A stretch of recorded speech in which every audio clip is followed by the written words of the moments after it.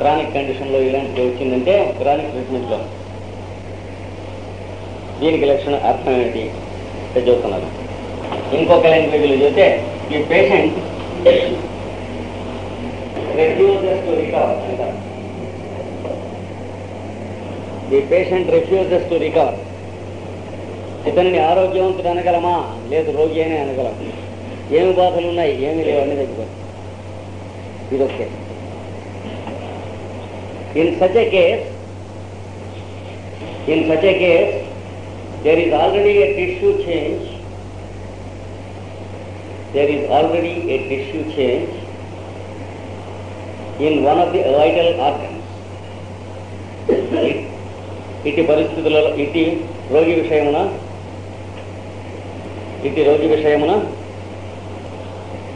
ప్రాణావసరమైన అవయవములలో ధాతువుల మార్పులు వచ్చినవి.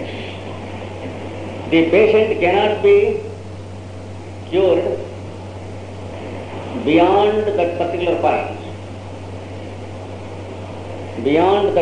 పాయింట్. అంతకన్నా ఆ రోగికి నివారణ జరుగుతా సాధ్యము కాదు. ఏం చేయాలి? మళ్ళీ ఏదైనా బాధ వచ్చే వరకు చూస్తూ ఊరుకోవాల్సిందే. కానీ వాడికి డోస్ రిపీట్ చేసినా, డ్రగ్ చేంజ్ చేసినా వర్సన అవుతుంది. కండి ఒకరికి కడుపు బలం, గాలి చేరుట, కడుపు అజీర్ణము, విరేచనము, flatulence, blood formation, indigestion, loose motion, diarrhoea, నీరసము, వీక్నెస్, ఏడుపు, weeping mood, especially when he sees his friends are very close. ఏదైనా బంధువులు వస్తే ముందు వచ్చేస్తారు. కెనాట్ కంట్రోల్ చేసి చూస్తాం. ఏ రోజు ఇండికేట్ చేస్తూనే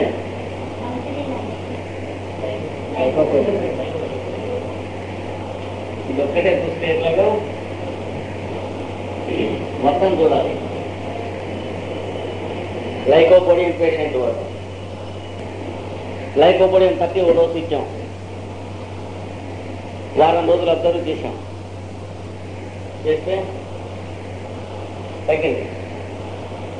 ఇంకో వారం రోజులకి ఇది తగ్గింది. 3వ వారానికి డైజెషన్ బాగుపడేది. అంటే ఆకలి కరగాలి కదా, కరగదు. ఇవి కట్టేసినాయి. ఇవి తగ్గలేదు. అసలు సింటమ్స్ అవి, ఈ సింటమ్స్ కానే కావు. ఇంటీరియర్స్ అవి, ఎక్స్టీరియర్స్ ఇవి. అలా కొంత రొటీన్గా కాలక్షేపం చేస్తున్నాడు. ఇప్పుడు మంచం మీదనే ఉన్నాడు. కానీ ఇంత ముందు చెప్పిన బాధలేమీ లేవుట. ఏం చేయాలి? లైకోపోడియం 30 పోనీ ఇంకో డోసు వేస్తే 4 రోజుల తర్వాత వేయకూడదు. వేస్తే మళ్ళీ ఇవన్నీ వచ్చి గలబా చేస్తాయి. ఇవ్వవు ఈ మాత్రం. లేదా అవి రావడానికి కూడా సత్వ లేకపోతే పేషెంట్ ఇంకా నీరసం అవుతారు. అది తీసుకుంటున్న ఆహారం కూడా తగ్గిపోతుంది. మాట్లాడుతుంటే కూడా శ్వాస ఆయాసం. పోనీ 30తో ఈ మాత్రం రికవరీ వచ్చింది. 200 వేస్తే మిగిలిన రికవర్ అవుతాయని పొరపాటు పడకూడదు. డ్రగ్ ఇండికేటెడ్ వేసినప్పుడు ఇంటీరియర్స్ తగ్గకుండా ఎక్స్టీరియర్స్ తగ్గినాయిట అంటే నెక్స్ట్ పొటెన్సీకి వెళ్ళకూడదు. అంటే బాహ్య వేదనలు తగ్గి ఆంతర వేదనలు తగ్గలేదుట. అంటే ఇన్నర్ డిజార్డర్ సెటరైట్ కావటం లేదు, సర్ఫేస్ డిజార్డర్ సెటరైట్ అవుతుంది. అంటే క్యూర్ పాసిబుల్ కాదు. కనుక 200 వేస్తే వాడిని మధును దాటించేస్తుంది. జాగ్రత్తగా ఉంటుంది. వీడికి దివ్యవృద్ధం, అల్ఫాల్ఫా, యావజ్యం. మళ్ళీ ఎప్పుడైనా ఈ సింటమ్స్ ఏడాది తర్వాత 2 ఏళ్ల తర్వాత కనిపిస్తే మళ్ళీ అప్పుడు లేకపోవడం సత్యం ఉంటుంది. నెలలో 2 నెలల్లో రావడానికి అవకాశం లేదా? అట్లా వస్తే ఇంకా వాడి వైటాలిటీ కొంత బాగుంది అంటే it is a promise of some cure. అప్పుడు ఎట్లా? అప్పుడు మీరు తప్పకుండా క్యూర్కి ఆశించవచ్చు. మళ్ళీ 30 వేసి ప్రతి చిన్నగా రెస్పాండ్ చేయకుండా ఉండి వాడు అదృష్టం బాగుంటే ఈ సిమ్టమ్స్ కాకుండా ఇంకొక సిమ్టమ్స్ వస్తాయి. నేను చెప్పుకున్నా అంటే ఏంటి, 10 ఏళ్ల కిందట ఉన్న సిమ్టమ్స్ వస్తాయి. Reappearance of the previous symptoms in the reverse order of their previous occurrence కదా. వచ్చింది అంటే వీడు భూమి మీద గింజలు ఉన్నాయి, కంప్లీట్ క్యూర్కి అవకాశం ఉంది. ఆ రెండవ గ్రూప్ ఆఫ్ సిమ్టమ్స్ రీఅపియర్ అయ్యి ఎస్టాబ్లిష్ అయిన తర్వాత అప్పుడు మళ్ళీ మీరు 200 వేయడానికి ఛాన్స్ ఇస్తారు. వేస్తే అప్పుడు ఉన్నటువంటి ఇంటీరియర్స్ అసలు మొదటి డోసులోనే మీకు 200కి ఛాన్స్ ఇచ్చే పేషెంట్ కనుక ఏం ఏమవుతుందంటే ముందు ఫస్ట్ తగ్గవలసింది క్లియర్గా అక్కడ తెలిసిపోతుంది. నీరసం బెటర్గా ఉందా లేదా, బెటర్గా ఉన్నదిగా అంటే ఈ patient has a brilliant prognosis or a career in the future. మీకు 30 నుంచి 200కి ప్రమోషన్ వాడు పొందగలడు. ఇంకా తర్వాత సర్వీస్ ఉంది, ప్రమోషన్, ఎఫిషియన్సీ బారు అన్నీ ఉన్నాయి. నీరసం తగ్గలేదు, మిగిలినవి తగ్గాయట అంటే ఇంకేమీ లేదు కెరీరు. ప్రస్తుతమే సూపరాన్యుయేట్ సర్వీస్లో ఉన్నాడు, ఇంకా ప్రమోషన్స్ ఏంటి. ఇది ఒకటి జాగ్రత్తగా చూసుకోండి చెప్పాడు. ఇప్పుడు ఏం చేయాలి ఇలాంటప్పుడు అంటే the patient can be palliated life long. బ్రతికి ఉన్నంత కాలము రోగికి ఉపశమనం ఒక్కటే మార్గము, అంటే క్యూర్ లేదు. ఇంకొక కేసు, ఇక్కడికి ఈ కేసులు అయిపోయినాయి. ఈ మాటది కొంచెం జాగ్రత్తగా ఉండవలసిన కేసు. ఇంకా చూడండి, ఒక కేసు రాస్తాను ఇక్కడ. Vertigo, a feeling of heaviness of the body, numbness of the parts frequently. కాలు కింద చేపెట్టుకుంటే చేతి మీద ఎక్కుతుంది, కాలు మీద కాలు వేసుకుని కూర్చుంటే కాలు తిమ్మిరి ఎక్కుతుంది, కుర్చీలో కాలు మీద కాలు వేసుకుని కూర్చుంటే లేచి కూర్చునేటోడికి కాలు కిలకిలకి మాట మీద కూర్చుంటే కూలీలు పెట్టి కలది. ఇలాంటివన్నీ ఉంటాయి. వెనక కారులో దిండేసుకుని ఆనుకుని కూర్చుంటే యూపు తిమ్మిరి, తలకాయ ఆనించి కూర్చుంటే ఆనించిన చోట తల తిమ్మిరి వేస్తుంది. నమ్మరు కానీ పేషెంట్స్ చూస్తే నమ్ముతారు. నిద్ర పట్టని గంటలలో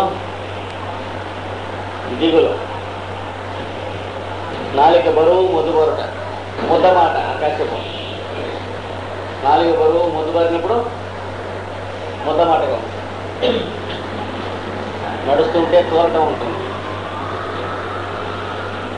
అప్పుడప్పుడు వస్తూ ఉంటాయి, పోతూ ఉంటాయి ఈ లక్షణాలు. వీటిని అలోపతి ఎవరు ఏమంటారు? బీపీ, హైపర్ టెన్షన్, ప్రెషర్ చూస్తే ఎక్కువ ఉంటుంది, రైలు వస్తుంది.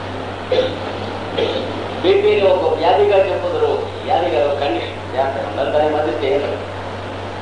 కోపం, ఒక మాట వచ్చిన కోపం వ్యాధి అవుతుందా? కోపం రావాల్సిన లక్షణం వ్యాధి అవుతుంది. కానీ ఇవాళ ఎక్కువ కోపం వచ్చిందంటే ఇవాళ ఎక్కువ తప్పు చేసిన లక్షణం. బీపీ కూడా అలాగే. అందుకనే బీపీ వేసుకుంటే మాత్రలు వేసుకుంటే లైఫ్ లాంగ్ వేసుకుంటే తర్వాత ఈ మాత్రలు పని immunity dose. It is never ending thing. ఇది వచ్చినప్పుడు ఇవి ఉంటాయి, ఇంకా అప్పుడప్పుడు ఉంటాయి. గొంతు నొప్పి చేస్తూ ఉంటుంది. ఏదైనా మిగులుగా ఉంటే అప్పుడు ఆ గొంతు నొప్పి చేసినప్పుడు నీళ్లు గుట్టగా పడడం, కాఫీ గుట్టగా పడడం, కష్టంగా ఉంటుంది, పాలు గుట్టగా పడడం. ఒడియం పెడితే చక్కగా గుట్టగా పడుతుంది, బిస్కెట్ పెడితే గుట్టగా పడుతుంది, పకోడీ పెడితే గుట్టగా పడుతుంది. దీన్ని ఏమంటారు? Cannot swallow liquid, can swallow solids. ఇప్పుడు వీడికి ఏ మందు వేస్తారు? లెక్కసేసి కత్తి వేసాం. వేస్తే మొట్టమొదటి రోజు తగ్గింది, కొద్ది రోజులు తర్వాత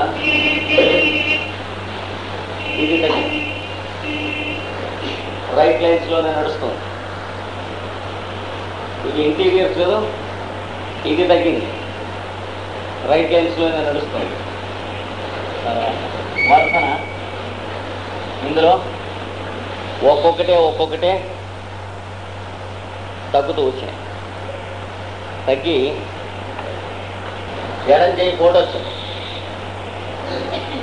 ఎత్తలేడు. వాడు మీకు చెప్పిన కేసు హిస్టరీలో లేదు. అప్పుడు నీకు ఎప్పుడైనా వచ్చిందే నాయన అని అడిగితే 1945లో వచ్చిందండి. ఒక 5 సంవత్సరాలు చేయి లేవాలి. ఒక తర్వాత ఏదో కొన్ని వైద్యాలతో లేచి ఈ మధ్య ఎప్పుడైనా వచ్చింది కాదు. ఇది తగ్గిపోయింది. ఎడవ చీలం ఉన్న వాటి అది తగ్గి మీకు వాడు కేసు హిస్టరీ ఇచ్చిందంటూ లేదు. ఈరోజు ఎప్పుడైనా వచ్చిందా? వాడికి తెలిసినంత వరకు, వాడి తల్లిదండ్రులకు తెలిసినంత వరకు, వాడి భార్య బిడ్డలకు తెలిసినంత వరకు వాడికి ఎన్నడూ ఎడంకాలి చీలమడ వాసలేదు. This is not a reappearance, but it is only an appearance. మామూలుగా ఏం జరగాలి? వెనక పెడుతుంటే రీఅపియరెన్స్ జరగాలి, వెనకటి. ఇది అపియరెన్స్ అంటే కొత్త న్యూ అపియరెన్స్. పోనీ వచ్చింది చెడ్డ లక్షణం కదా అంటే తగ్గిపోయింది. మళ్ళీ తర్వాత ఎడవ తొడలో బెళ్ళ కట్టింది, గగ్గ దిగిందంటారు ఈ జిల్లాలో. నొప్పెట్టి ఉందా? ఉందే. ఎప్పుడున్నది? 12 ఏళ్ల కిందట. అప్పుడప్పుడు వస్తుంది, తగ్గుతుంది. దీంతో పాటు చలి, జ్వరం వచ్చింది. అగ్గద్గత డాక్టర్ గారి నుంచి పంపించాను. చలిజ్వరం వచ్చింది. ఇదివరకు వచ్చేదా? వచ్చేది. ఏమంటారు దీని పేరు? ఫైలేరియా జ్వరం అంటారు. అప్పుడు ఏం తిన్నాడు? ఆటోమేటిక్గా హెట్రోజాన్ మొదలు వర్షాలు ఉన్నాయి, ఒక లిస్టు. అది కొన్ని వేగాలు తోసేస్తారు, కోర్సు తోసేసారు. లోపల అంతా ఉంది. మళ్ళీ తగ్గింది. వచ్చి ఎంత వేసారు మీరు? 30 వేసారు. 30 వేస్తే అనేది ఉన్న సింటమ్స్ ఒక్కోటి సెటరేట్ అయ్యారు. ఇది వరకు ఉండే సింటమ్స్ రీఅపియర్ అయ్యాయి. లేని సింటమ్స్ కనిపిస్తాయి, తగ్గినాయి. ఇప్పుడు దీని సంగతి ఒకటే మనకు డౌట్ చేయాలి. ఇలాంటివి 4-5 వచ్చి తగ్గినాయి. దీని డౌట్ తీయాలంటే లేకపోతే మెటీరియల్ తీసుకెళ్తే దాంట్లో ఉంటాయి. స్వెల్లింగ్స్ ఉన్నాయి, చీలమండల స్వెల్లింగ్స్ ఉన్నాయి. తర్వాత సింటమ్స్ ప్రిడామినెంట్లీ లెఫ్ట్ సైడెడ్. బాగానే ఉంది. మెటీరియల్ వచ్చి ఉండాలి. రోగాలు ముందు రాలేదంటున్నాడు. వీడికి ప్రీవియస్గా ఉంటే కదా రీఅపియరెన్స్. అందులో ఉన్నవన్నీ వీడికి అంటుకుంటాయా? న్యాయం కొందరికి అంటుకుంటాయి, చేస్తామన్నారు. ఈ కేసులు వేరు, అది చెబుతున్నాడు. దీన్ని ఏమనంటామంటే, మందు ఏ ఒక్క డోసు వేసినా ఆ మందు మెటీరియా మెడికా పట్టికలో ఉన్నటువంటి సమస్త విషయము దేహం మీద సినిమా కనిపించను. ఇలాంటి తత్వాలు కొన్ని వేరే ఉంటాయి. ఇది వీడి తత్వానికి సంబంధించిన విషయం కానీ రోగానికి సంబంధించింది కాదు. ఏమండి? ఇప్పుడు రాసుకోండి. There are certain constitutions which show some peculiarities when drugs are administered. ఔషధ ప్రయోగం చేసినప్పుడు విచిత్రములు చూపించు శరీరతత్వములు కలవు. every single dose of every drug in any potency, every single dose of every drug in any potency, ఏ ఔషధమైనను ఏ పొటెన్సీలో అయినను ఒక్కొక్క మోతాదు తన సమస్త వేదనలను దేహంపై ప్రదర్శింపజేయదు. Makes a manifestation of all the provings of the materia medica, all the provings of the materia medica of that drug. అంతేకాక వీళ్ళు ఇంకోటి ఉంది, whether the drug is indicated or not. ఆ ఔషధము అతనికి సంబంధించినది అయినను కాకున్నను whether the drug is indicated or not, it shows its provings upon his body. It shows its provings upon his body in a systematic way. అతని శరీరంపై ఔషధ వేదనలన్నీ ప్రదర్శితమవుతాయి. Such rare cases will be observed by the doctor. ఇది అరుదైన రోగులందరూ. And it is called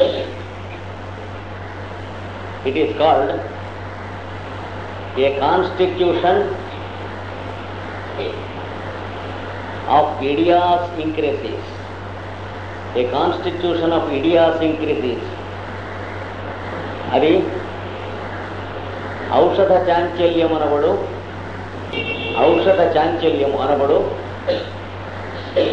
విచిత్ర శరీరతత్వము.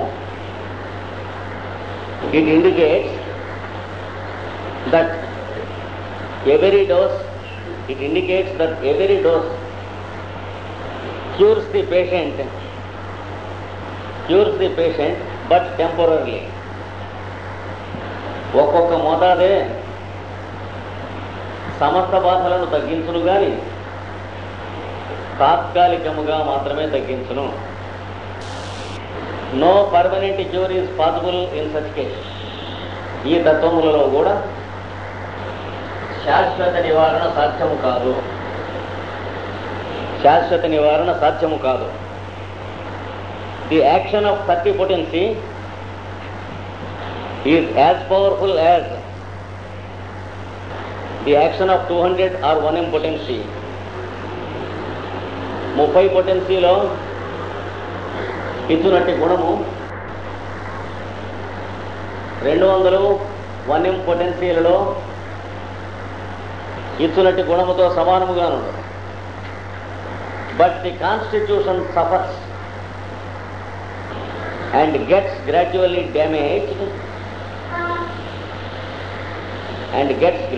damaged when the higher potencies are used. వీరికి ఎక్కువ పొటెన్సీలు వాడినచో శరీరమునకు బాధలు కలిగి క్రమముగా శిథిలత్వము సంభవించును. You have to remember these cases separately. ఇటు రోగులను వేరుగా గుర్తించుకొని and treat them with 6 or 30 potency every time. అవసరం కలిగినప్పుడల్లా 6 గాని 30 గాని పొటెన్సీలతో మాత్రమే వైద్యము చేయుడు. Never administer even 200 in such cases. ఈ రోగులకు 200 పొటెన్సీ కూడా ఎన్నడూ వాడకూడదు. Especially the acute diseases will be wonderfully cured with 30 potencies. తరుణ వ్యాధులు 30 పొటెన్సీలో మాత్రమే ఆశ్చర్యకరముగా నివారణ. ఇక్కడ అంటే ఇది స్పెషల్ కేసెస్. మీరు ఈ వెయింగ్ మెషిన్లో 10 పైసలు వేస్తే అది తిరిగినన్ని మెరికలు ప్రతి మోతాదు వీడి శరీరంలో తిరుగుతుంది. అన్ని రంగులు మారుతాయి. ఆ డ్రగ్ కింద మెటీరియా మెడికాలో మీకు చెప్పబడినటువంటి సమస్త లక్షణములు ఒకదాని తర్వాత ఇటు నుంచి అటు నుంచి అవసరం ఉన్నా లేకపోయినా వాడికి అటువరకు సిమ్టమ్స్ ఉన్నా లేకపోయినా శుభ్రంగా కనిపించి వెళ్ళిపోతాయి మళ్ళీ అటువంటి మీడియా. ఇది వేరే గుర్తుంచుకోవాలని చెప్పాడు వెంకట. వీళ్ళే ఓవర్ సెన్సిటివ్ పేషెంట్స్ అని కూడా అంటారు. These are called over sensitive patients. అంటే సుకుమార శరీరతత్వములుగా పిలువబడుతున్నారు. ఇది ఒక కేసు. Next case. ఈ కేసు అయిపోయింది. ముందు ఎగ్జాంపుల్స్ చూడండి. దగ్గు, కఫం, కాఫ్ అండ్ ఫ్లెమ్, ఆయాసం, కిడ్నీ అండ్ షార్ట్ బ్రెత్, తలనొప్పి, హెడేక్. రాత్రి 12 గంటల ప్రాంతానికి బ్రాడ్ లూజ్ మోషన్. ఓకే, ఓ పేషెంట్ విలేఖనం అయిన చెమట్లో నీరసం, sweats and degrees of the motion, flatulence, కడుపు ఉబ్బర, కడుపు నొప్పి, చలి జ్వరం, అప్పుడప్పుడు మలేరియల్ ఇంటర్మీడియట్ ఫీవర్స్. ఎప్పుడు వస్తాయి? మధ్యాహ్నం 12 నుంచి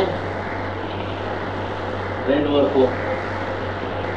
ఒక్కో రోజున ఎప్పుడున్నా రాత్రి 12 నుంచి 2 వరకు. మధ్యాహ్నం కానీ రాత్రి కానీ వస్తాయి. మధ్యాహ్నం కానీ రాత్రి కానీ వస్తాయి. మనం కేస్ టేకింగ్లో ఏం తీసుకున్నాం? ఇవి మాత్రమే తీసుకున్నాం. దగ్గు, కఫం అండి, ఆయాసం అండి, తలనొప్పి, కడుపు ఉబ్బరం, కడుపు నొప్పి. ఆ టైంకి మనస్సుకి ఆ డ్రగ్ తడుతుంది అంటే అడగకూడదు, తట్టకూడదు, తట్టిన వాడి దగ్గర పుచ్చుకోకూడదు. చాలా జాగ్రత్తగా ఉండాలి. ఎందుకంటే డ్రగ్ ఎలా తట్టాలో శాస్త్రం అనే కన్ను ఇచ్చారు పెద్దవాళ్ళు మనకి. ఆ కళ్ళు మూసుకొని నా కాలికి ఏం తగిలితే అది నడిచి పెడతానంటే గొయ్యి ఉంటుంది, సైడ్ కాలం ఉంటుంది. మనం వేసుకుంటే పర్వాలేదు, ఇంకోటికి వేస్తున్నాం ముందు. ఇట్లాగా మా గురువు గారిని తలుచుకుని సీసా తీస్తానన్నాడు బెట్లోంచి. ఆఫుల్లీ బ్యాడ్, వెరీ డేంజరస్. అలా తీశాడు. తీసి లైకోపోడియం వేశాడు. దగ్గు, కఫం, ఆయాసం చూశాడు కదా, లైకోపోడియం 1 ml వేశాడు ఫస్ట్ డైరెక్ట్గా. ఏం చేతంటే ఆ సీసా వచ్చింది చేతికి. అదిగాక మనం సామాన్యంగా 1 ml తక్కువ వేయం కదా అన్నాడు. ఫ్యాట్స్ ఉన్న వాళ్ళు ఉన్నారు అట్లాగా.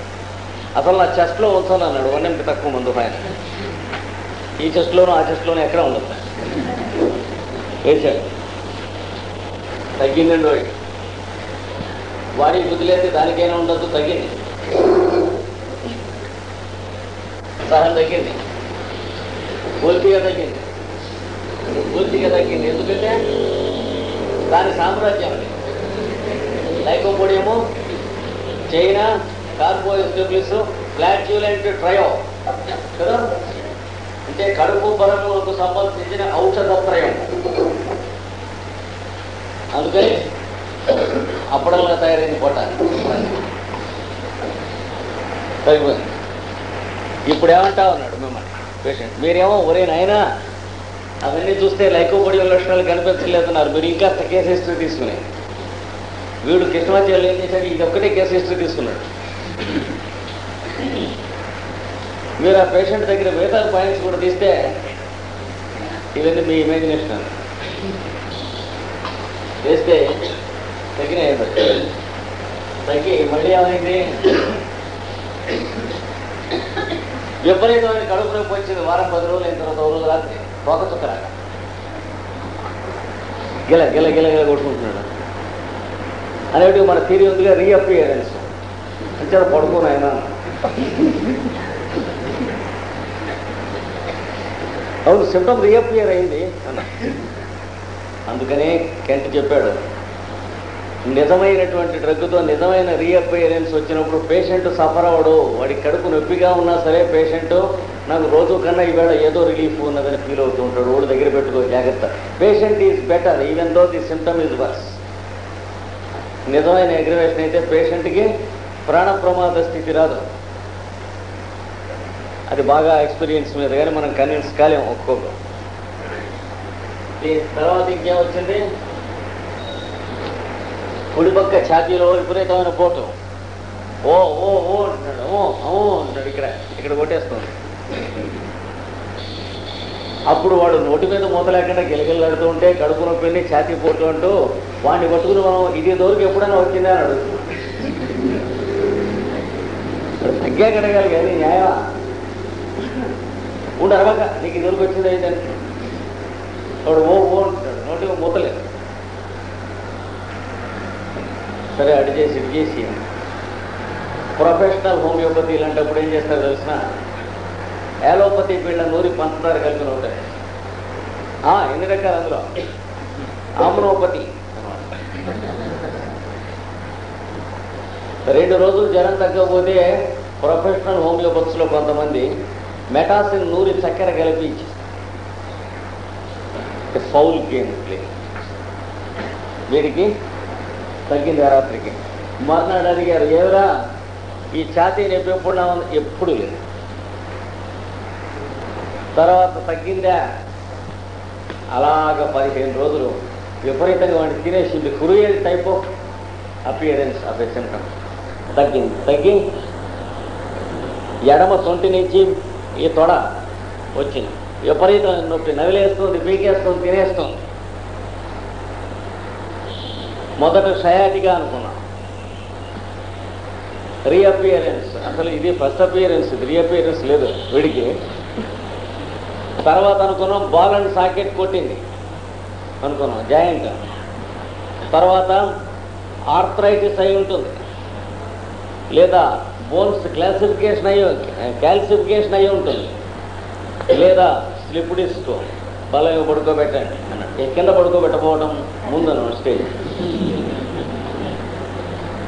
అంత పని అయింది వీడికి. తగ్గింది. మళ్ళా 4 రోజులకి మళ్ళీ వచ్చింది. మళ్ళీ అంత పని అయింది. ఏమిటిది, ఈ కేసు ఏమిటని అడుగుతున్నాడు. అంటే దీన్ని ఏమంటారు? New symptoms appearing after the remedy, after the administration of the remedy. ఔషధ ప్రయోగం తరువాత రోగికి సరికొత్త బాధలు వచ్చుట. ఇది అంటే వాడికి అదివరకు ఎరగినటువంటి అనుభూతులు. దిస్ క్లియర్లీ ఇండికేట్స్, కెంట్ గారు చెబుతున్నారు, నేను కాదు, అని చేత మనం చచ్చినట్టు విని తీరాలి. This clearly indicates that your prescription is an unfavorable and faulty one. నీ ఔషధ నిర్ణయము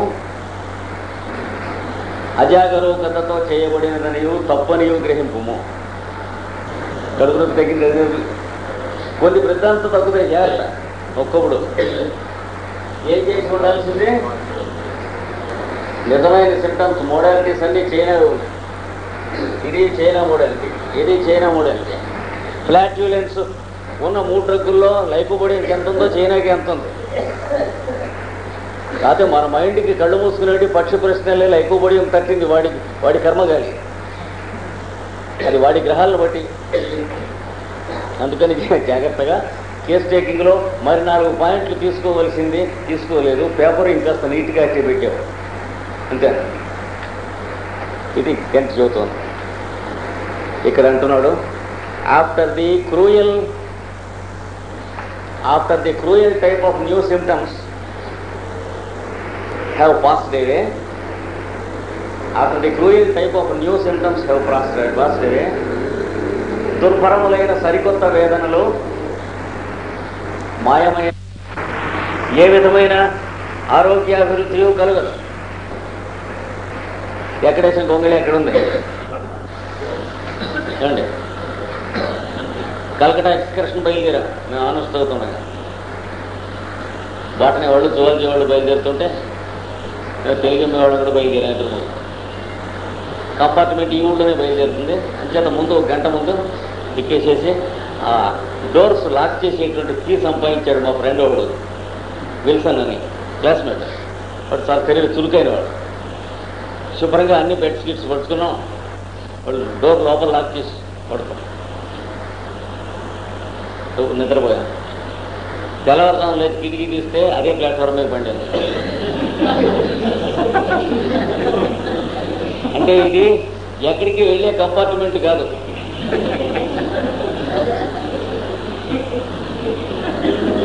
ఇదిగో హోమియోపతి వైద్యంలో అలాంటి పని.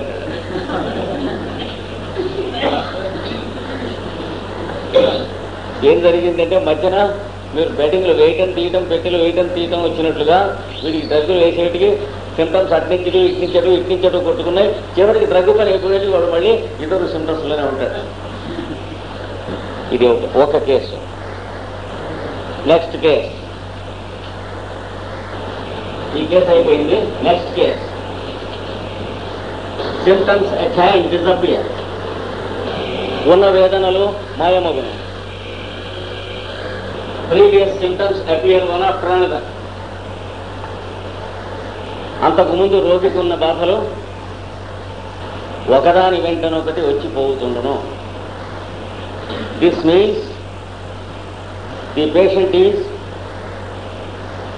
In a completely curable condition. రోగి చక్కగా నివారణకు లొంగు స్థితిలో ఉన్నాడనియు, and that your prescription is ideally similar. మీ ఔషధ నిర్ణయము ఆదర్శవంతముగా జరిగినదనియు అర్థం. ఆదర్శవంతముగా జరిగినదనియు రెండు బాగున్నాయి అన్నమాట. అంటే వాడు క్యూరబిలిటీలో ఉన్నాడు, మీ సెలక్షన్ కూడా చక్కగా ఉంది. ఇక్కడ if the reappearance of the symptoms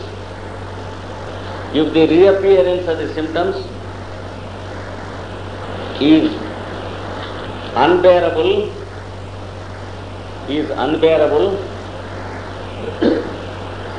that means your selection of the potency is wrong. వ్యక్తమవుతున్న వేదనలు దుర్భరముగా వచ్చిపోతున్నతో నీవు నిర్ణయించిన పొటెన్సీ తప్పని అర్థం. ఇఫ్ ఇట్ ఈస్ టూ లో, the patient suffers very acutely for a short time. చాలా తక్కువ పొటెన్సీ వాడినచో అతి తీవ్రమైన బాధను స్వల్పకాలం అనుభవిస్తుంది. If the potency is too high, there will be a cruel and prolonged aggravation.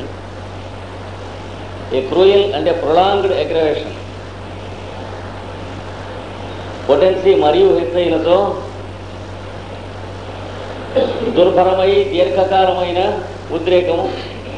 ఉద్రిక్తత కలుగుతుంది. కనుక పొటెన్సీల దగ్గర మళ్ళీ మనం చెప్పుకునే చాప్టర్కి ఇది లింక్ చేసుకోవాలి. అంటే ఎప్పుడు ఏ పొటెన్సీ వాడాలి, రిపిటేషన్ ఎలా వేసుకోవాలి చెప్పుకోబోతున్నాం. ఆ చాప్టర్కి దీనికి మనం జాగ్రత్తగా లింకప్ చేసుకోవాలి. ఫైనల్గా లాస్ట్ ఇంకో కేసు ఇచ్చాడు. ఈ కేసు అయిపోయింది. Last case. Symptoms take a wrong turn. వేదనలు క్రమము తప్పిన వైఖరిని అవలంబించుట. ఏమండి, ఇదో పద్ధతి. కొంచెం చూడండి. గుండె నొప్పి, పెయిన్ ఇన్ ది హార్ట్, నడుము నొప్పి, లంబేగం, మోకాడు నొప్పులు, పెయిన్ ఇన్ ది నీస్, ఆయాసం, షార్ట్ బ్రెత్ అండ్ డిస్నియా, చల్లని చెమట, cold స్వెట్స్, very dangerous symptoms. Cold స్వెట్స్, తెలివి తప్పుట, అన్కాన్షియస్ సమ్టైమ్స్. తర్వాత మూర్ఛలు, ఎపిలెప్టిక్ ఫిట్స్, సడన్గా అరిచి నాలుగు కూర్చుని కొట్టేసి పడిపోతుంది, మళ్ళీ లేస్తారు. విరోచన పథం, కాన్స్టిపేషన్. విరోచన పథం ఉంది కదండి, మూర్ఛలు ఉన్నాయి కదండి. చూసుకుని నక్స్వామికి వన్యం తోసేసాడు. రోజు తోసేస్తే ఏం జరిగింది? వీడికి తెలివి తప్పడం తగ్గింది, రైట్ లైన్స్ మీద. గుండె రేపు తగ్గిందండి. అంటే రైట్ లైన్స్ కదా, నిక్షేపంలో రైట్ లైన్స్, ఏమి సందేహం లేదు. రోజు పంక్చువల్గా మంచి పిల్లవాళ్ళగా మోషన్ అవుతుంది. నడు నొప్పి తెలియదు, మోకాళ్ళు నొప్పి తెలియదు. నెక్స్ట్ చల్లని చేప తగ్గలేదు, ఆయాసం తగ్గలేదు, అలాగే ఉంది, నిలిచిపోయింది. తగ్గవలసిన వాటిలో అవి రెండు. Because collapsing symptoms, cardiac and pulmonary symptoms కదా అవి, హార్ట్కి లంగ్స్కి సంబంధించినవి. ఇంటీరియర్స్ అవి తగ్గలేదు. ఇలాగ ఒక 2-3 నెలలు అయిన తర్వాత సడన్గా మూర్ఛలు కంట్రోల్ అయిపోయినాయి. అమ్మయ్య 10 ఏళ్ళ నుంచి వస్తున్నటువంటి మూర్ఛలు కంట్రోల్ అయ్యి వారం 10 రోజులు అయ్యేటోడికి విపరీతమైన గుండె నొప్పి వచ్చింది.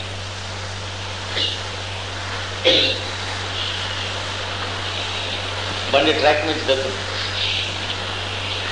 డీరే రాకూడదు. కాకపోతే ఉన్న సిమ్టమ్స్ ఇంకా కొంతకాలం అట్లా ఉంటూ ఉండాలి, ఫిట్స్ ఇంకా కొంతకాలం వస్తూ ఉండొచ్చు, ఇది రాకూడదు. ఇవేమో తగ్గలేదు, that's not a good sign. ఇంతలోకి మళ్ళీ ఏమైంది, మళ్ళీ ఓ రోజు మార్నింగ్ నుంచి spells of unconsciousness without a fit అవి కూడా రావడం మొదలెట్టినాయి.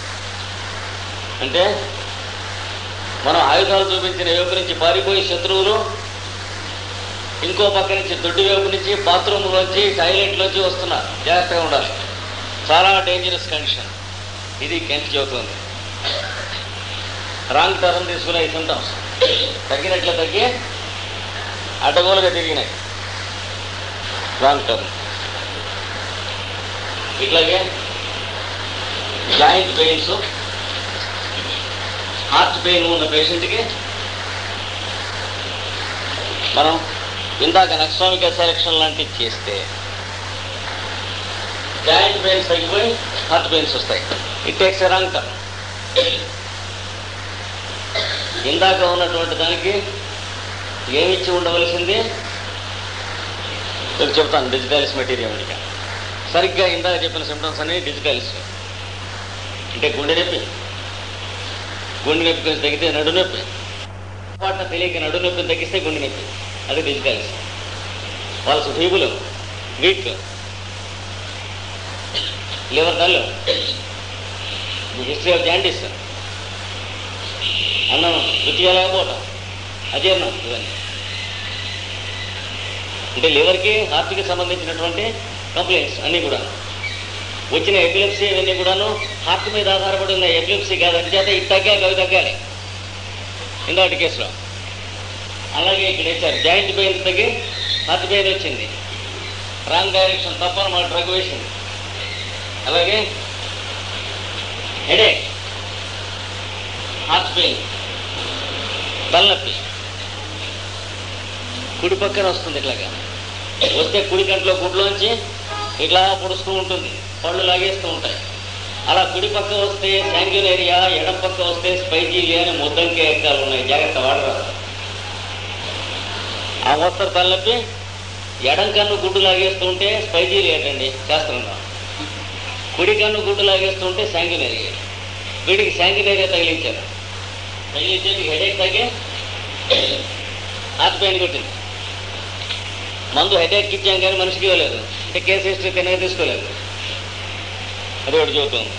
అలాగే మెంటల్ పేషెంట్ ఎవరితోనూ పడదు, చుట్టుపక్కల వాళ్ళతో పోటాడుతుంది. ఇంట్లో అద్దెకున్న వాళ్ళు తను ఎంత పని చేస్తుంది, తను ఇంకెవాళ్ళని ఇంట్లో అద్దెకుంటే వాళ్ళతో రాళ్ళు విసురుకుంటుంది, హోరాహోరి బూతులు తిరుగుతారు. ఒక్కవాడ ఇల్లు మారుస్తారు, మార్చగానే అబ్బా వీడు ఎంత మంచివాళ్ళు ఉంది ఇంటి వాళ్ళు. 3 రోజులు గాడిద పిల్లలు ఒక సుకుమారంలాగా పుట్టంగానే గాడిద పిల్లలు చక్కగా ఉంటుంది, నవనమోహాలు. 3 రోజులు అయ్యేటోడికి వంతరైపోతే కుక్కల్లే ఉంటుంది. అలాగే వీళ్ళు ఎక్కడ ఇల్లు మారినా ఫస్ట్ 3 days ఇలా ఉండాలంటే ఇంటి వాళ్ళంటే వాళ్ళు చూడండి గాడిద. 3 రోజులు అయిన తర్వాత నువ్వంటే నువ్వు పంపు దగ్గర బిందెలు పెట్టి కొట్టుకుంటావు. She's a mental patient. ఏమండి, ఒక ఇంట్లో పాపం ఉంటాను వీల్లేదు, ఒక ఉద్యోగం భర్త చేయడానికి వీల్లేదు. ఇక్కడ వద్దండి మనం, ఈ ఊళ్ళో మనకి అచ్చిరాలు ఇంత దెయ్యాలు ఉంటాయి. రైలు ఎక్కుతాం, రైల్లో ఎక్కుతుంటే గయ్యలు వేస్తుంది ప్యాసింజర్స్ పక్క వాళ్ళు, నలుగురు కనబోతారు, వాడు బాబాబని కాళ్ళు పట్టుకుని అవసరం. మెంటల్ పేషెంట్ అంటే సున్నా చూసి మెంటల్గా చూసి కేసు అంతా హిస్టరీ తీశారు. తీసి ఆ లక్షణాలు, ఆ వాకస్ నేచర్, మోడాలిటీస్ ఇవన్నీ జాగ్రత్తగా లాక్కొచ్చారు. పట్టుకొచ్చి తీసి అనకార్డియం వేశారు. ఏం చేత? భర్త శవం వల్లే అయిపోయి ఉన్నాడు. కొంత ఇన్ఫర్మేషన్ జాగ్రత్తగా లాగాలి. భర్తని వేరే మీ ఇంటికో బజార్కో పిలిచి మాట్లాడాలి. The lady daily wants twice or thrice her husband in the night. చచ్చిపోతాడు ఇంకో 5-6 ఏళ్ళలో వీడు. అనకార్డియం వేశారు. సరిపోయింది. అంటే ఇంట్రికేట్గా సరిపోయింది డ్రగ్ వేస్తే. She became quite same within 1 year. వాళ్ళకి వీళ్ళకి పక్క వాళ్ళని పిలిచి ఏదో పేరెంట్ ఇవ్వడం, లేదా సోషల్ గ్యాదరింగ్స్, మా వాడు పుట్టినరోజు చేస్తున్నారు రండి అంటాం. ఫర్ ది ఫస్ట్ టైం చుట్టుపక్కల లేడీస్ని పిలిచింది. అంటే చుట్టుపక్కల మిగతా వాళ్ళని లేడీస్గా రికగ్నైజ్ చేయడం ఫర్ ది ఫస్ట్ టైం లైఫ్లో. ఏం జరిగింది ఇంతలోకి? తగ్గు వచ్చింది, లో టెంపరేచర్. సాయంత్రం పూట తక్కువ 99 టెంపరేచర్ రావడం మొదలెట్టింది రోజు. ఇవాసియేషన్, మనిషి చిక్కిపోయి 2-3 నెలల్లో యువకుల పోగలి అయిపోయింది, శుభ్రంగా ఉండేది. ఇవాసియేషన్ తర్వాత ఏం జరిగింది? Loose motions. కంట్రోల్ కాలేదు loose motion and died in 3 months. చూస్తూ ఉండగా చేజారి వెళ్ళిపోయింది కేసు. ఏం జరిగింది? మనం ట్యూబర్క్యులర్ మయాజం గురించి చెప్పుకోబోతున్నాం. 4 మయాజమ్స్ చెప్పుకుంటాం. అందులో ట్యూబర్క్యులర్ మయాజం ఉన్న ఫ్యామిలీ నుంచి బతకడానికి వీళ్ళేనంత జబ్బు కనుక చిన్నప్పుడు ఎప్పుడైనా చేస్తే మెనింజైటిస్ లాంటిది కానీ ఏదైనా, అప్పుడు మనిషిని సేవ్ చేయడానికి డిసీజ్ మొత్తాన్ని ఫిజికల్ ప్లేన్లోంచి మెంటల్ ప్లేన్లోకి తోసేస్తుంది vital force. And then she became a quarrelsome crank and physically very sturdy. ఎండలో తరిసిన జ్వరం రాలేదు అది వరకు. అన్నం తిన్నా తినకపోయినా, నిద్రపోయినా పోకపోయినా, పెళ్లిళ్లలో చాకరీలు చేసిన చెక్కు చెక్కలేదు. ఇది పిచ్చిముండలే ఉన్నప్పుడు. మీరు అక్కడ కొట్టారు, ఇక్కడ కాపుదలు తెలియలే. ఎందుకని మెంటల్ కేసెస్ ట్యాకిల్ చేసేప్పుడు చాలా చాలా జాగ్రత్తగా ఉండాలి. షాకులు ఇచ్చి, నిద్ర బిళ్ళలు ఇచ్చి అంత తేలిక కాదు మెంటల్ కేసెస్ అంటే. పాపం చాలా అన్ఫార్చునేట్ కేసెస్. అంటే మనందరికీ తెలిసినంత వాళ్ళకి తెలుస్తూ ఉంటుంది పిచ్చి అంటే. కానీ లోపల ఇంప్రెజెంట్ ఇంటలెక్చువల్స్ ఉంటారు, కేజీలో లాగా చాలా ట్రాజడీ అనుభవిస్తూ ఉంటారు. జాగ్రత్తగా తెలుసుకోవాలి. వాళ్ళని జంతువుల్లాగా, వస్తువులాగా, కుర్చీల్లాగా ట్యాకిల్ చేయకూడదు ట్రీట్మెంట్లో. రాంగ్ టర్న్ ఇచ్చింది case. Anacardium is directly indicated. కానీ పేషెంట్ ఈ బ్యాక్గ్రౌండ్లో మయాజం ఉన్నది. The miasm is more indicated and we have tackle the miasm, but we have tackle the similarity of an ordinary drug. అది బయలు చేసింది. అటు నుంచి ఇటు కేసును పంపించింది, ఇటు దీని పని ఇచ్చేసి. ఆ ఫ్యామిలీని స్టడీ చేయడం చెప్తాను మనకి. ఆ మయాజమ్స్ ఉన్న ఫ్యామిలీస్ ఒకళ్ళు కాదు, ఫ్యామిలీలో అందరూ పిల్లలు, భార్య కానీ, పిల్లలు తల్లి కానీ, పిల్లలు తండ్రి కానీ ఒక పిచ్చి లక్షణం ఉంటుంది వాళ్ళందరికీ, మొత్తం ఫ్యామిలీలో అయోమయం. అది పట్టుకుంటాం మనం డిస్కస్ చేద్దాం. అంటే మీరు మందుకు వచ్చినటువంటి వాళ్ళలో పిల్లాన్ని తీసుకొచ్చారు, వాటి తర్వాత వాడిని తీసుకొచ్చారు, వాటి తర్వాత పిల్ల, పెళ్ళి అయింది పెద్ద పిల్ల, అంటే ఏ ఊళ్ళో కాపురం చేస్తుంది, ఇవన్నీ మీరు గ్యాదర్ చేసుకోవాలి. అయితే వీళ్ళందరిలో ఒక ట్రైట్ ఉందనుకోండి, పిచ్చి ట్రైట్. పక్క వాళ్ళు ఏదైనా అక్కడ నుంచున్నారు, మందుకు వచ్చి నుంచుంటే గిచ్చుతుంది. ఎందుకంటే దాని ముందు వెళ్ళాలి, నోటీస్ చేయాలి. వీడి నాన్నకో వీడి అమ్మకో ఉంటుంది ఆ ట్రైట్. అంటే tubercular miasm from the previous generations. అది చెప్పుకుంటాం ఇండిపెండెంట్గా నెక్స్ట్ మనం ఫ్యూ క్లాసెస్లో. అది బ్యాక్గ్రౌండ్లో ఉన్నది. దానికి సంబంధించి మనం డ్రగ్ సెలెక్షన్ చేయాల్సింది. దాన్ని కూడా మనం లెక్కలోకి తీసుకుని దాన్ని ఎక్స్క్లూడ్ చేసి డ్రగ్ సెలెక్షన్ చేసాం. Unfortunately the drug is most similar and it killed the patient. అలాగే మెంటల్ కండిషన్ కొంతమందికి అయోమయంగా, చేతస్థంగా ఉంటారు. ఆఫీసులోనూ గర్భం మొదలైనటువంటి వేస్తే అది కంట్రోల్ అవుతుంది. అదే విపరీతమైన వీక్నెస్ వచ్చేస్తుంది, మంచం నుంచి లేవలేరు. అంటే సిఫిలిటిక్ మయాజం మనం చూసుకోకుండా టెంపరీ ట్రీట్మెంట్ ఇచ్చాను. ఇది రాంగ్ టర్న్ అంటే, symptoms take a wrong turn అంటే అర్థం. ఇది ఇవి మనం పడవలసిన జాగ్రత్త. ఈ చిట్ట చివరి కేసులో ఏం జాగ్రత్తలు పడాలో మనం రాబోయే సబ్సిక్వెంట్ క్లాసెస్లో చూసుకుందాం. అక్యూట్ డిసీజ్లో ఫాల్స్ అక్యూట్ డిసీజ్ అని ఒక రకాలు ఉంటాయి. ఫాల్స్ అక్యూట్ డిసీజ్ అంటే అవి డిసీజెస్ కానే కాదు. ఫాల్స్ అక్యూట్ డిసీజ్ అని ఒక రకాలు ఉంటాయి. ఫాల్స్ అక్యూట్ డిసీజ్ అంటే అవి డిసీజెస్ కానే కాదు.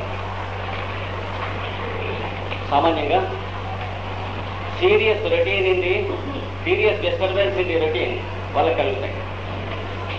Continuous sleeplessness on some occasions ఒకటి, తర్వాత continuous over work due to some necessity ఒకటి,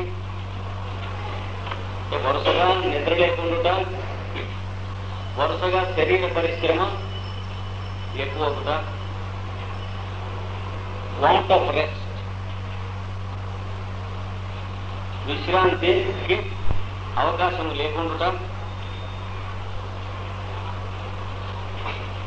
తర్వాత serious disturbance in the routine of food and drink, అన్నపానీయాదుల విషయమున ఎక్కువ తేడాలు కలుగుట,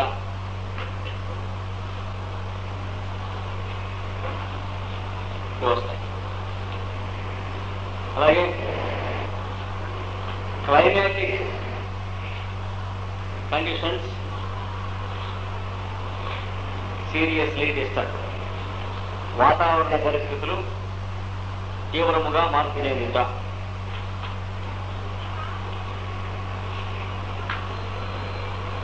ఇంకా సడన్ గా అలవాటు లేని వాళ్ళు ఒక షిప్ లో ఒక వారం రోజులు ఉన్నారు, తప్పకుండా దాని ఎఫెక్ట్ ఉంటుంది. అలాగే ఒక నది ఒడ్డున కానీ చెరువు ఒడ్డున కానీ ఎప్పుడు డ్యాంపుగా ఉండేటువంటి ఏరియా ఉంటుంది, పల్లప ప్రదేశాలు ఉంటాయి, నీరు నేల మీద నీరు ఉంటూనే ఉంటుంది. వాటి మధ్యన ఇళ్లలో ఓ 4-5 రోజులు ఉండవలసి వచ్చింది అనుకోండి, ఏదైనా పరిస్థితుల్లో వెళ్ళి తప్పకుండా మన హెల్త్ డిస్టర్బ్ అవుతుంది. అలాగే విపరీతమైన స్లమ్ ఏరియాస్ లోకి వెళ్ళి మీరు కొంతకాలం ఉండవలసి వస్తుంది అనుకోండి. The air you breathe in is filthy, the water you take in, పసరుకో నీళ్లలో మంచినీళ్ళు తప్ప దొరకవు అనుకోండి. అక్కడ తప్పనిసరిగా మీకు హెల్త్ ఎఫెక్ట్ అయితే దీనివల్ల ఎఫెక్ట్ అయినటువంటివన్నీ కూడా ఒకప్పుడు విపరీతమైన తలనొప్పి, ఒళ్ళంతా నొప్పులు, సామాన్యంగా వీటిలో ఎక్కువ కేసుల్లో జ్వరం. Fever will be more frequent and there will be headaches and bodily pains also, and disturbances in the digestive system. జీర్ణ కోశమునందు డిస్టర్బెన్సెస్ ఉంటాయి. మీరు మళ్ళీ ఏ కారణాల వల్ల అయితే ఈ వ్యాధి కలిగిందో ఆ కారణాలు రిమూవ్ చేసేస్తే ఇమీడియట్ గా అన్ని సర్దుకుంటాయి. If you remove the environmental cause, the health is normally set right within no time. 2 రోజులు శుభ్రంగా అన్ని పనులు సస్పెండ్ చేసి బాడీకి రెస్ట్ ఇచ్చారనుకోండి, తప్పకుండా మామూలుగా మీ ఇదివరకు హెల్త్తో ఫుల్ బ్లూమ్డ్గా ఉంటారు. మీ ఎనర్జీ మీకు వస్తుంది, మీ అలర్ట్నెస్ అది మైండ్ మీకు వర్క్ చేస్తుంది, సెన్స్ ఆఫ్ సిక్నెస్ మైండ్కి ఉండదు, అన్నీ పోతాయి. కనుక ఇవి డిసీజ్ కాదని తెలుసుకోవాలి. అందుకని అక్యూట్ డిసీజ్ లాగా కనిపించేటువంటి కండిషన్స్ ఫాల్స్ అక్యూట్ డిసీజ్. వీటిలో ఇండిస్పోజిషన్స్ అని కూడా అంటారు, అస్వస్థతలు అంటే స్వస్థితి నుండి మార్పు చెందడం వల్ల వచ్చినది. రెండవది contagion, contagious diseases or infectious diseases. అంటూ వ్యాధులు వీటి కిందకే మనకి టైఫాయిడ్, కలరా, నీళ్ళ విరేచనములు, జిగట విరేచనములు, మొదలైనవన్నీ వస్తాయి.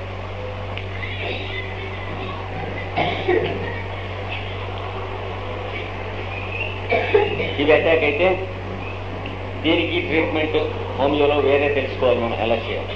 ఆ మొదటి దానికి తెలుసుకోవాలి. మొదటి దానికి 100కి 90 పాళ్ళు మందు అక్కర్లేదు. హోమియో కానీ ఆయుర్వేదం కానీ నేచురోపతి కానీ అంటే ఒక అలోపతి తప్ప మిగతా సిస్టమ్స్ అన్ని ఏం చెబుతాయి, better to adjust with other things than with medicine. ఎందుకని శరీరాన్ని ఔషధ ద్రవ్యము శ్రమ పెట్టుట జరుగుతా ఉండదు. Recovery will be more natural without medicine in such cases than with medicine. ఆ మొదటి. కానీ ఒక్కొక్కప్పుడు మరీ 104 టెంపరేచర్ ఉన్నదనుకోండి, చదువుకుంటుంది కానీ చదువుకునే లోపల ఏదైనా డ్యామేజ్ జరగకుండా ఉండటం కోసం if aconite is indicated give aconite 31 dose. ఇది చాలా బాధగా ఉంది, మనసుకు అస్వస్థతగా ఉండి, అవ్యవస్థితం రెస్ట్లెస్గా ఉండి, తపన యాంగ్విష్ ఇట్లా ఉంటే ఎకోనైట్ 30 వేయండి. 15 నిమిషాల్లో బాధలన్నీ తగ్గుతాయి. 2-3 గంటల్లో జ్వరం మీద. అలాగే కొంతమందికి ఆర్సినిక్ ఆల్బమ్ కావాల్సి వస్తుంది అక్యూట్ డిసీజెస్లో. రెస్ట్లెస్నెస్ అంటే అస్వస్థత, ఫియర్ ఆఫ్ డెత్, చనిపోతుందని భయము, ప్రాణం పోతుందని భయం, and thirst for small quantities of water repeatedly. ఓ చెంచాడు 2 చెంచాలు మంచినీళ్ళు తాగుతూ ఉంటారు, కానీ మళ్ళీ 5 నిమిషాలకి 10 నిమిషాలకి తాగుతూ ఉండాలి. ఇవి ఉంటే ఆర్సినిక్ ఆల్బమ్ కావాల్సి. ఇలాంటివి ఏ డ్రగ్ కావాల్సి వచ్చినా వీళ్ళకి 30లో ఒక డోసు వేస్తే చాలు, చూస్తూ ఉండగా మాయమైపోతాయి. Falls acute diseases. అవసరం అయితేనే వాడండి. రెండవది, వీటిని రియల్ అక్యూట్ డిసీజెస్ అన్నాం. నిజమైనటువంటి తరుణ వ్యాధులు. వీటికి 3 స్టేజెస్ ఉంటాయి. మొదటిది incubation. The stage of incubation అనగా శరీరమున వ్యాధి స్థాపించుకొనుట. దీన్నే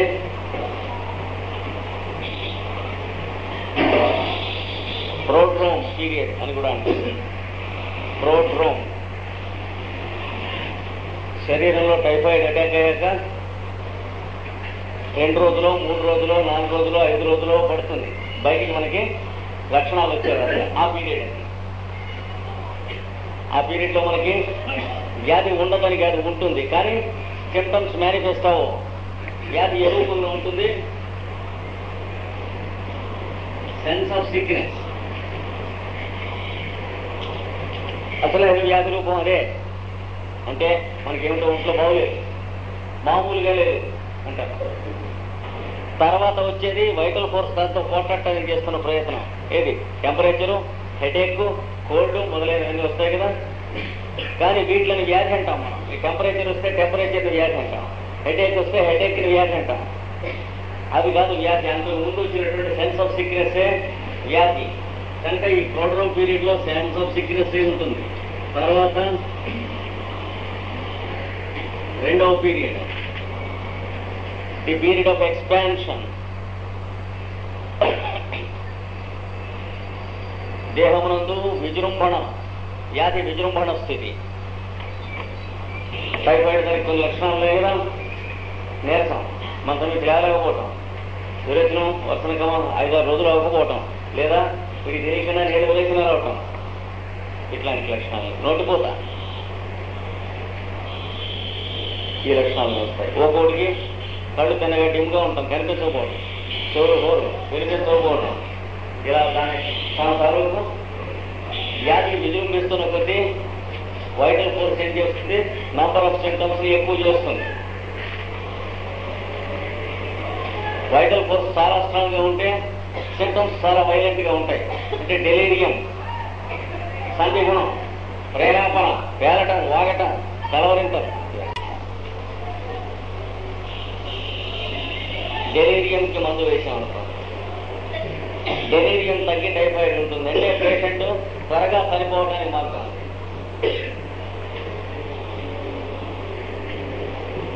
కొంత తగ్గింది, డెలీరియం వరకు తగ్గిందంటే టెంపరేచర్ కంట్రోల్ కాలేదంట.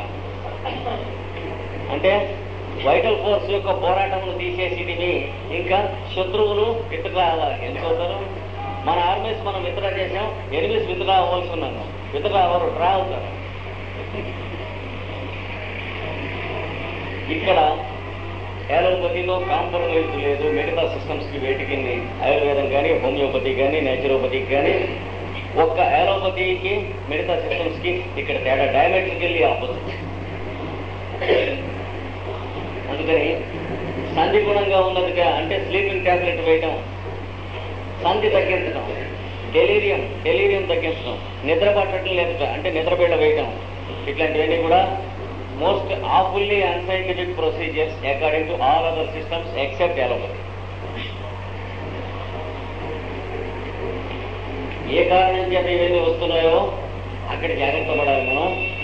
సివిలర్ కేర్స్ ఇది ఎక్కువ అయిన తర్వాత రానుతున్నది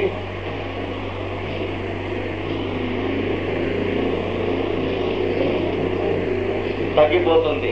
డిక్లైన్ మూడవది, the stage of decline, the period of decline అనగా వ్యాధి ఉపసంహరణ స్థితి. 3 స్థితులు ఉంటాయి.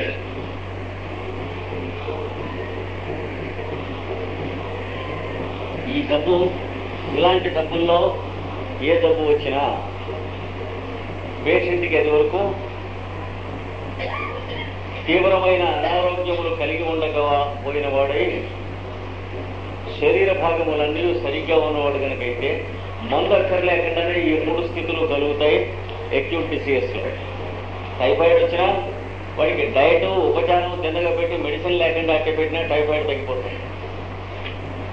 Provided his parts of the body are normally healthy హిదర్టో.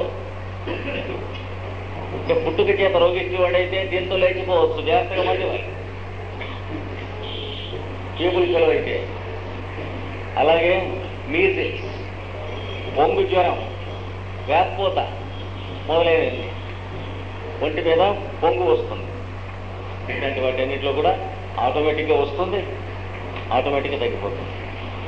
అలాగే స్మాల్ పాక్స్, ఈ 3 స్టేజెస్ ఉంటాయి, దానంతరం తగ్గిపోతుంది. చికెన్ పాక్స్, చిన్నమ్మవారం, ఈ 3 స్టేజెస్ ఉంటాయి. ఇట్లాంటి కేసెస్లో especially small pox and chicken pox better not to administer medicine in many cases than to administer medicine. మందు వేయుట కన్నా వేసినందువలన కలిగిన లాభముల కన్నా వేయనందువలన కలిగిన లాభములే ఎక్కువ.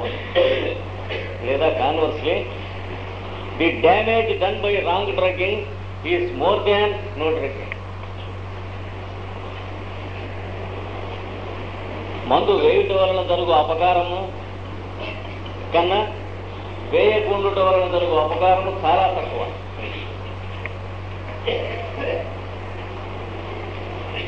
ఏది small pox, chicken pox, measles, వీటిలో ఏం చేత వాటందరూ తగ్గిపోయే కేసులు ఎక్కువ ఉంటాయి. అది కాక జ్వరం మొట్టమొదటి వస్తుంది కదా, స్మాల్ పాక్స్ కానీ చికెన్ పాక్స్ కానీ. జ్వరం రాగానే డాక్టర్ దగ్గరికి తీసుకుపోతే వాడు ఇన్ఎక్స్పీరియన్స్ ఫెయిల్ అయితే వెంటనే జ్వరానికే కదా మందు ఇచ్చేది. స్మాల్ పాక్స్ బయటికి ఇరప్షన్ కొట్టడం కోసం ఆ జ్వరం వస్తుంది. ఆ జ్వరాన్ని మెటాసోన్ వేసి తీసేసామనుకోండి, అప్పుడేమవుతుంది, స్మాల్ పాక్స్ లోపల ఉంటుంది. The result is the patient dies with in 2 or 3 days. మసూచి జ్వరం వచ్చి ఒంటి మీదకి పొక్కులు రాకుండా ఆ జ్వరం తగ్గిపోతే ఆ పేషెంట్ తక్కడ వెళ్ళిపోతాడు. ఇది ఇన్ఎవిటబుల్ ట్రూత్. అందుచేత మందు వేయకుండా ఉంటే బతికేవాళ్ళు ఎక్కువ మంది, వేస్తే బతికేవాళ్ళు కాదు. అయితే కాంప్లికేటెడ్ కేసెస్ ఉంటాయి, చూసుకుని ఎక్స్పీరియన్స్ డాక్టరు కావాలంటే మందు వేయవలేను, ఇది ముద్దరికి రూల్ కాదు. ఎక్కువ కేసుల్లో మందు వేయకుండా అబ్జర్వ్ చేయండి అని అర్థం. కానీ మందు వేస్తే కానీ రికవర్ కాకుండా ఉండేటువంటి కంజెనిటల్లీ సిక్ ఫెలోస్ ఉంటారు, వాళ్ళకి స్మాల్ పాక్స్ వస్తే చచ్చిపోతారు, జాగ్రత్తగా ఉండాలి, మందు వేయాలి. కానీ మందు ప్రతి వాడిని వేయనివ్వకూడదు. ఇలాంటి కేసుల్లో బాగా స్మాల్ పాక్స్ అంటే ఏమిటో తెలిసిన వాడు, తీవ్రంగా జ్వరం వచ్చినప్పుడు ఇది స్మాల్ పాక్స్ తాలూకు ముందు జ్వరమేమో అని తెలుసుకోగలిగిన వాడు, నిదానించగలిగిన వాడు, అలాంటి వాడు వేయాలి. అందుకని వీటికి మందు వద్దని చెబుతారు. ప్రతి దేశంలో వీటికి మందు వేయరాదు అనేటువంటి ట్రెడిషన్లో there is much science in it. ఇది అక్యూట్ డిసీజ్ గురించి. ఇందులో ఇంకా సబ్డివిజన్స్ ఉన్నాయి, ప్రస్తుతం మనకు అక్కర్లేదు. కానీ false acute diseases, real acute diseases అని రెండు తీసుకుందాం. ముందు తీసుకుంటే ఇవి ఎందుకు వచ్చినాయి? దేశంలో కలకలకలు వచ్చినాయి, వచ్చేస్తుంది, అంటుకుంటుంది. దేశం మీదకి ఒక రకమైన ఫీవర్స్ వచ్చినాయి, వచ్చేసి ఒక సీజన్లో మీజిల్స్ వచ్చినాయి, వర్షం వచ్చేసి ఇట్లా అంటువ్యాధులు కనుక వచ్చినాయి. ఎట్లా అంటుతాయి ఇవి? గాలిలో అంటవచ్చును, నీటిలో అంటవచ్చును, శ్వాసలో అంటవచ్చును, అన్హైజీనిక్ అండ్ అన్క్లీన్గా ఉంటే అంటవచ్చును అన్నారు. కానీ అసలు ఈ వ్యాధులు అంటవచ్చును అనడానికి వేరే ఇంకొక ఫ్యాక్టర్ ఉంది. అది మోడర్న్ మెడిసిన్కి ఇంకా వాళ్ళు కేర్ చేయటం లేదు, అందుకునే స్టేజ్కి రాలేదు. ఇదే హ్యానిమన్ మనకి ఇచ్చింది. అండర్ కరెంట్ డిసీజ్, లేటెంట్ స్వర. పుట్టుకకే వ్యాధులను ఆకర్షించు దౌర్బల్యమును మహావ్యాధి ఉంటుంది. లేటెంట్ స్వర. ఇతనికి వ్యాధి ఉన్నట్లు తెలియడానికి కావలసిన ఇబ్బందులు ఏం లేకుండా నడుపుతూ ఉంటుంది మనిషిని. చూసారా? బాగా ఆస్తి ఉన్నటువంటి వాడిని అట్టే పెట్టుకున్న వేసేలాగా వాడికి కావాల్సిన రోజు మర్యాదలన్నీ చేస్తూ ఉంటుంది. కానీ వాళ్ళ భార్య, పిల్లలు, బంధువులు అక్కడికి వెళ్ళకుండా మాత్రం జాగ్రత్తగా చూస్తూ ఉంటుంది. అలాంటిది ఈ వ్యాధి. ఏం జబ్బే ఉండదు, కానీ ఊళ్ళోకి ఏ జబ్బు వచ్చినా వీడి వీటి మీద వార్తలు ఉంటాయి.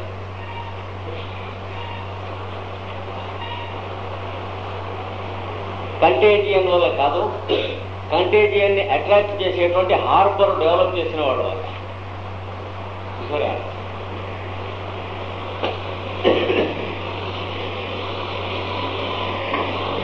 ఈ హార్బర్ పేరే స్వర.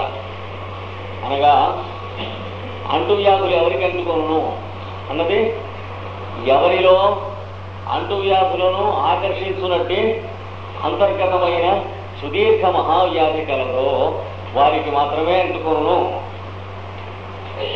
No doubt about it.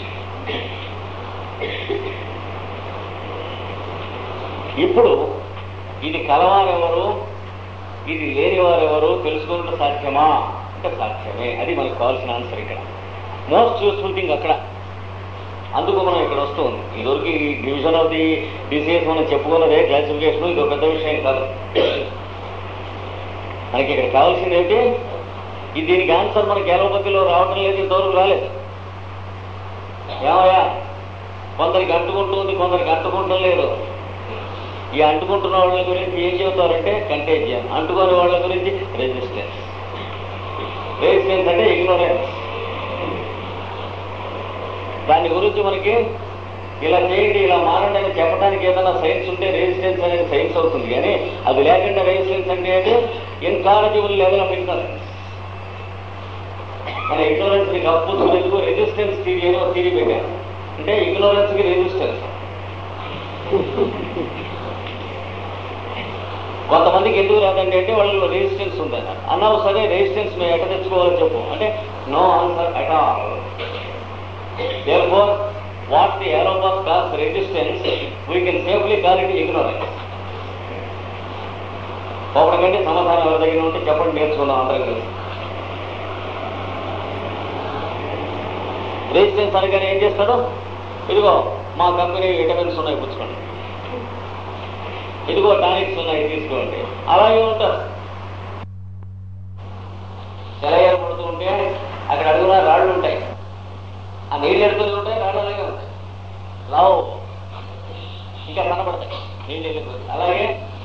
Tonics అన్ని విటమిన్స్ పుచ్చుకుంటూ మనిషి అలాగే ఉసూరుమంటూ ఎదురవ్వమంటూ ఉంటారు. మిగతా వాళ్ళు ఏ టానిక్లు పుచ్చుకోకుండా పిడుగుల్లాగా ఉన్న వాళ్ళు ఉన్నారు. What about your meaningless theory of resistance here? లేదా పెస్టిసైడ్స్ జర్మిసైడ్స్ అని గుడ్డల మీద వేసి ముక్కు గడ్డ పెట్టుకుని గాలికి వెళ్తామంటావా? తెలిస్తే నువ్వు చెప్పిన బ్యాక్టీరియా తెచ్చే బదులు మేమే తెస్తాం. ముందు మనం ఉంటే కదా బ్యాక్టీరియా మంచిదే. మనమే పోతున్నాం అని మనం చెప్పాడు. దొడ్లలో ఊళ్ళో దొంగ దూరాడని తెలిసి ఈ 10 ఏళ్ల మధ్య ఉన్నాడంటే చుట్టూ 10 ఏళ్ళకి రేపు పెట్టినట్లుంది అన్నాడు తిరిగి బ్యాక్టీరియాకి. అంటే ఈ 10 ఏళ్లలోంచి వాడు తప్పించుకోడు కదా దొంగ తెస్తాడన్న అట్లా హ్యాండ్ కొని ఇచ్చిన ఎగ్జాంపుల్ వచ్చింది. కనుక మనకి ఇక్కడ కావాల్సింది అక్కడికి వెళదాం. కానీ ఇక్కడ కంటేజియన్కి కారణం ఎక్కడ ఉన్నది? కంటేజియన్కి కారణమైన ఒక వ్యాధిని గుర్తించితే మనకు కారణం దొరుకుతుంది. మొట్టమొదట మనం దేన్ని అర్థం చేసుకోవాల్సి ఉంటుందంటే పేషెంట్స్ని చూసి కంటేజియన్ని మాటిమాటికి ఆకర్షింపజేస్తూ ఉన్నటువంటి ఒకానొక వ్యాధి ఉన్నది అనేది అబ్జర్వ్ చేయాలి. అది ఉన్నవాళ్ళని అబ్జర్వ్ చేయాలి, లేని వాళ్ళని అబ్జర్వ్ చేయాలి. అప్పుడు స్వరా వ్యాధి అంటే ఏమిటో మనకి కొంచెం మెడుకుమంటూ ఆ అరుంధతి నక్షత్రంలా కనిపించడం మొదలెడుతుంది. అక్కడి నుంచి అసలు స్వరాన్ని అర్థం చేసుకుంటాం. ది ఆరిజిన్ ఆఫ్ డిసీజ్ అనేది అర్థం చేసుకునే స్టేచర్ మనకు వస్తుంది. లేకపోతే ఏమవుతుంది, క్యాజువల్గా మనం పీల్చే గాలిలో ఆ మైక్రోబ్స్ ఉన్నాయి. ఆ పీల్చింది అది మనం అటాక్ చేస్తే మనకు ఆ వ్యాధి వస్తూ ఉంది. దయచేసి అటాక్ చేయకపోతే మనకు ఆ వ్యాధి రావటం లేదు తప్ప అందుకంటే మనకు తెలిసింది. ఇది ఉంచి ఇది ఫినిష్ చేద్దాం.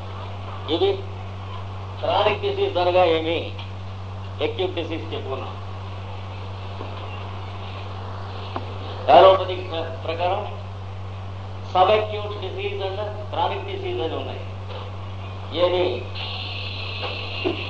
7 వారములు దాటినతో వ్యాధిని ఏమంటారు? Acute disease. 7 వారాలకు లోపల అక్యూట్ డిసీజ్ అంటారు. 7 వారాల తర్వాత సబ్ అక్యూట్ డిసీజ్ అంటారు.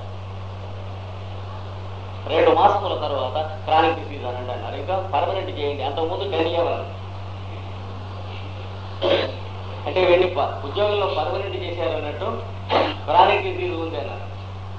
ఇంతకు తప్ప అక్యూట్ క్రానిక్ డిసీజ్ల విభాగము మన జైలోపతిలో ఈ రోజు వరకు లేదు. టైమును బట్టి అన్నాడు. అప్పటికండి డాక్టర్ పిచ్చుకున్న కొడుకు అయితే 7 weeks లాగింది అనుకోండి. డిసీజ్ సబ్అక్యూట్ డిసీజ్ వీడియో డాక్టర్ని పట్టేవారు. వాడిలో ఉన్న డిసీజ్లో ఉన్న తేడా కాదు. డాక్టర్ మంచివాడైతే వారం రోజుల్లో తగ్గితే అక్యూట్ డిసీజా, డాక్టర్కి చిన్నగా చేత కాకపోతే 7 వారాలు దాటితే సబ్అక్యూట్ డిసీజా, డాక్టర్ ఇంకా ఎడియేట్ అయితే అది 2 నెలలు లాగించేస్తే అది క్రానిక్ డిసీజ్ అన్నాడు. దాన్ని వాటిని పర్మనెంట్ చేయండి అన్నారు. Something fundamentally basically faulty in the theory. అలా కాదు నాయన, ఏం చెప్పాడు?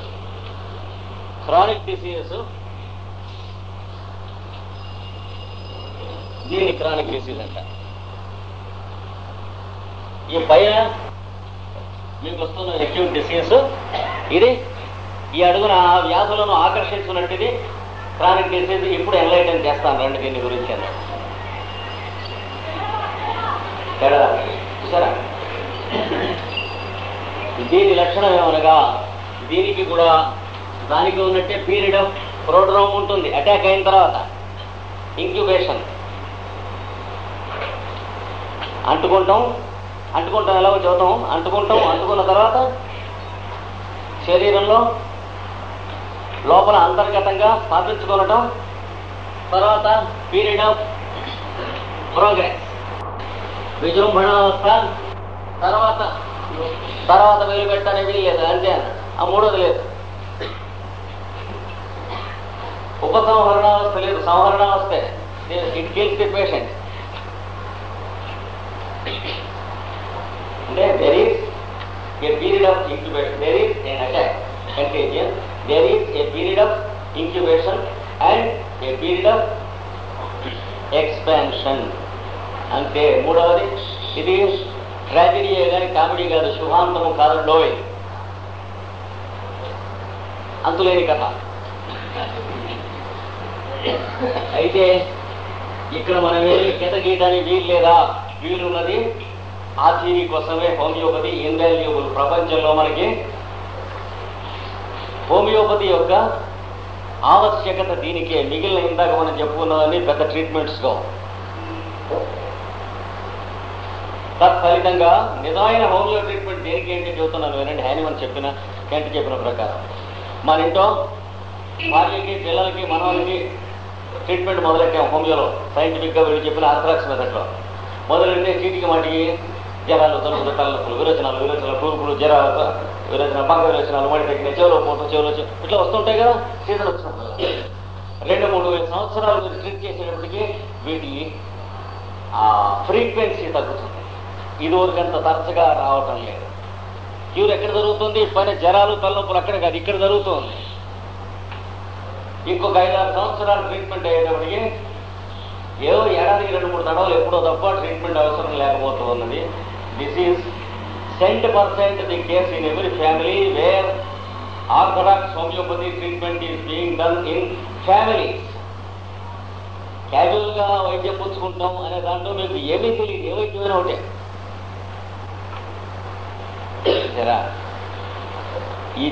అసలు హ్యానిమన్ తపస్సు చేసిందే దీనికోసం, సాధించి ఇచ్చిందే దీనికోసం. ఈ రోజున ప్రతి కేసులోనూ, ప్రతి ఫ్యామిలీలోనూ మనకి దీక్షగా ఒళ్ళు దగ్గర పెట్టుకుని చేసుకుంటే కనిపించే నిదర్శనమే దీనికోసం. It is a statistical truth which is proved every day. ఊరికే స్పెక్యులేషన్, ఫిలాసఫీ, థియరీ కాకుండా మనకు మనం ప్రూవ్ చేసుకుంటామే కాక కాన్ఫిడెన్స్ ఇంకా రాని కొత్తవాడికి కూడా ఒక్కొక్కటి చూపించవలసిన అవసరం ఉంటుంది. కనుకనే for these 12 years we're maintaining records of all patients and families that are cured. అన్ని రికార్డ్స్ ఉన్నాయి. మీరు వచ్చి ఎంత రీసెర్చ్ అయినా చేసుకోవచ్చు ఆ రికార్డ్స్తో. అవన్నీ ఎప్పటికప్పుడు బైట్స్ లూజ్ అయితే మళ్ళీ బైట్ చేయించి ఇన్ని వందల డిస్పెన్సరీస్లో కూడా మళ్ళీ అలా అట్టే పెట్టేస్తున్నాం ఇన్ని ఊళ్ళలో records. You are welcome to come there, copy down if you want and see how the cases are taken, how the drugs are given, తర్వాత డేట్స్, ప్రిస్క్రిప్షన్స్, ఏ డేట్ తర్వాత మళ్ళీ ఏ డేట్లో ఇచ్చాం, ఈ మధ్యన ప్రోగ్రెస్ ఏమిటి, ఒక పక్కన ప్రిస్క్రిప్షన్, ఒక పక్కన కేస్ ప్రోగ్రెస్, ఇలా ఉన్నటువంటి రికార్డ్స్. మీరు కూడా అదే చేయాలి. ఎందుకంటే మీ తర్వాత వాళ్ళకి మేము ఎలా చేసుకోం అని అడిగితే మార్గదర్శిగా అదొకటే, కేస్ షీట్స్. ఈ రోజున మనం ఏదన్నా ఇక్కడ నుంచి నోరు విప్పి కాస్త గట్టిగా హోమియోపతిని ఒక 10%, 15% రైట్ లైన్స్లో మనం చెప్పుకోగలుగుతున్నాం అంటే కెంట్, హ్యానిమన్ వడించినటువంటి కేస్ షీట్స్ ఉన్నాయి వాళ్ళకి. వాళ్ళు ట్రీట్ చేసిన కేసెస్ రికార్డ్స్ అవి పబ్లిష్ చేయడం వల్ల మనకు ఆ మాత్రం నుంచడానికి హోల్డ్ దొరికింది. లేకపోతే థియరీగానే ఉంటే ఫిలాసఫీగా ఉంటుంది. ఇది కనుక క్రానిక్ డిసీజెస్లో ఈ 2 స్టేజెస్ ఉంటాయి, 3వ స్టేజ్ ఉండదు. మనం కల్పించవలేను 3వ స్టేజ్. అంటే you have to mercilessly cut off the progress of the disease. Otherwise there is no period of withdrawal. Disease అనంతరది క్యూర్ కాదు. ఇప్పుడు ఇంకా తేడా ఏంటంటే ఈ స్టేజ్లో అక్యూట్ డిసీజ్ చాలా తక్కువ టైం పడుతుంది, క్రానిక్ డిసీజ్ చాలా ఎక్కువ టైం పడుతుంది. అది తేడా. విజృంభణావస్థలో దీర్ఘవ్యాధి చాలా సంవత్సరములు పట్టును. It takes years and sometimes decades for the chronic disease to complete the period of progress. In acute disease it takes only a few days or few weeks. తరుణ వ్యాధులలో కొద్ది రోజులు, కొద్ది మాసములో మాత్రమే పట్టును విజృంభణావస్థ. ఇప్పుడు మనకు కావాల్సింది ఏంటి? ఈ కిందంతా మనకి అండర్ కరెంట్గా ఉంటున్న వ్యాధిని ఇక్కడ ఈ అడ్డుగోడ మనం పెట్టి రాయి కొట్టి కటాఫ్ చేసేటువంటి మెథడ్ 2 కావాలి ప్రస్తుతం. దానికోసమే హోమియోపతి అని చెప్పాం కదా. ఎలా